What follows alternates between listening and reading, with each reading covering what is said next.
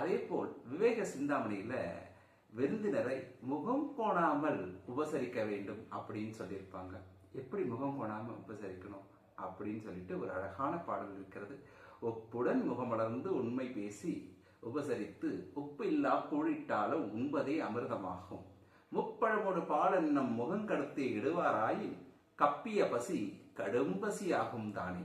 அதாவது உறவினர் வீட்டுக்கு வந்துட்டாங்க, நம்முடைய வசதி வாய்ப்புகளுக்கு ஏற்றாற்போல் முக வளர்ச்சியுடன் அவர்களுக்கு கூழையோ மற்ற விஷயங்களையோ நம் வீட்டில் கிடைக்கக்கூடிய பொருட்களையோ உணவு வகைகளையோ நாம் முகமலர்ச்சியோடு கொடுக்க வேண்டும். முப்பழம் கலந்து பால் அன்னமே கொடுத்தாலும் அது முகம் கோணி விட்டு கொடுத்தால் அதனால் விருந்தினர்களுக்கு மனதில் நிறைவு வராது. அந்த பசி விருந்தினர்களுக்கு எடுக்கும் பசியும் அடங்காது என்பது இந்த பாடலுடைய கருத்தாகும். அதனால் விருந்தினர்களை முகம் கோணாமல் உபசரி